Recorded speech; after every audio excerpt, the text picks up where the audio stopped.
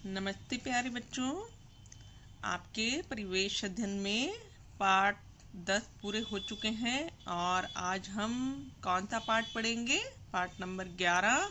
और हमारे पाठ का क्या नाम है? देखो, सुनो और पहचानो। क्या लिखा हुआ है हमारे पाठ का नाम? देखो, सुनो और पहचानो। तो देखते हैं अब हम इसमें पाठ में क्या क्या आता है। अब ये देखिए, आपके सामने ये 6 चित्र दिखाई दे रहे हैं ना।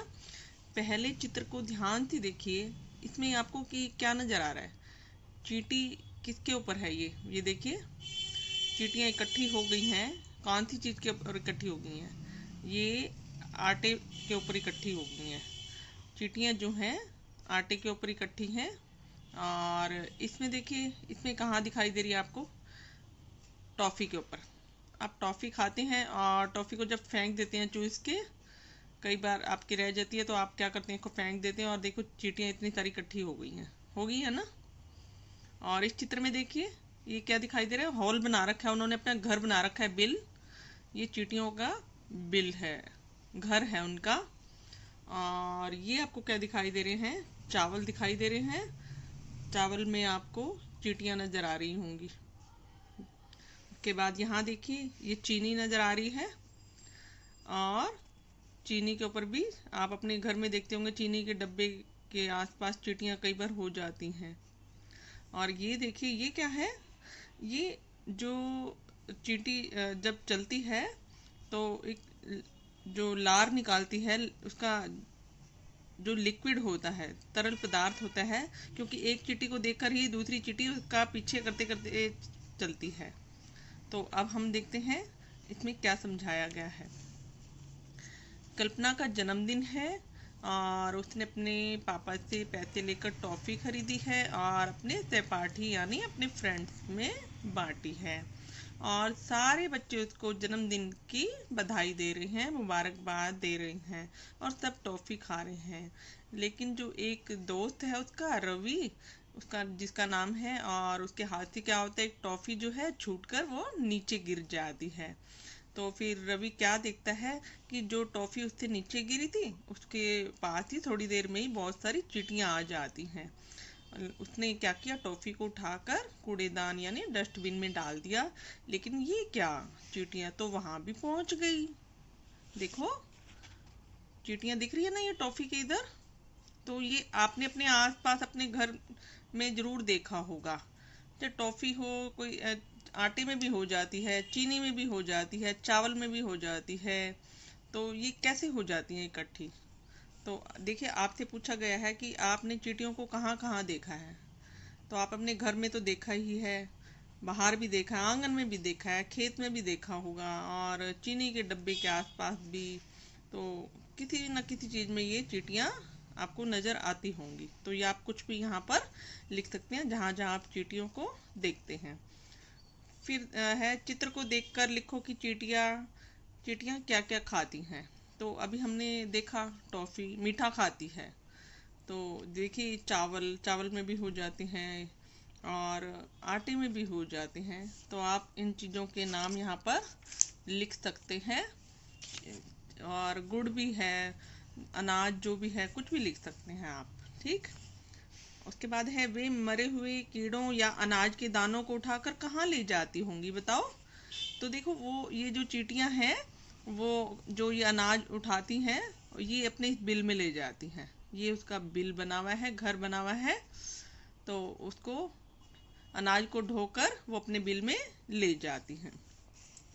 फिर खाने की चीज़ों पर आपने चींटियों के अतिरिक्त और कौन से कीट या जीव आते हुए देखे, उनके नाम बताओ।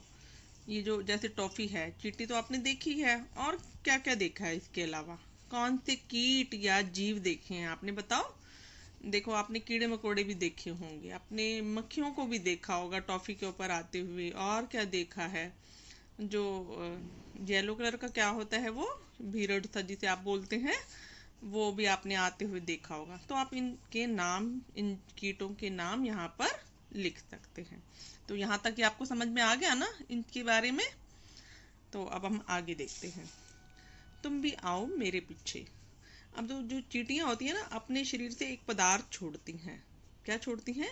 एक पदार्थ छोड़ती हैं जिसकी विशेष गंध होती है, और इसी पदार्थ को सूंघते हुए चींटियाँ एक दूसरे के पीछे पंक्ति में चलती हैं। देखिए, हमने पिक्चर में देखा था, ये जो है एक लिक्विड सा उन्होंने छोड़ा हुआ है, ये पदार्थ यही है जो ये बड़ा आपको डीपली अच्छे से दिखाया गया है ताकि आपको समझ में आ सके। वैसे हमें ये, हम ध्यान से देखें तो हमें नज़र नहीं आता अपने घरों में ये, तो देखो ये माइक्रोस्कोप के द्वारा ये आपको दिखाया गया है। और इन्हीं को सूंघते हुए क्या करती हैं चींटियाँ? एक दूसरे के पीछे पंक्ति यानी लाइन में चलती हैं। और क्या करती हैं? ये लाइन तो आपको समझ में आ गई ना कि चींटियाँ जो हैं कैसे लाइन में चलती हैं। वो अपने शरीर से एक पदार्थ छोड़ती हैं जिसमें से विशेष गंध आती है, और इसी पदार्थ को सूंघते हुए चींटियाँ जो हैं एक दूसरे के पीछे लाइन में चलती जाती हैं।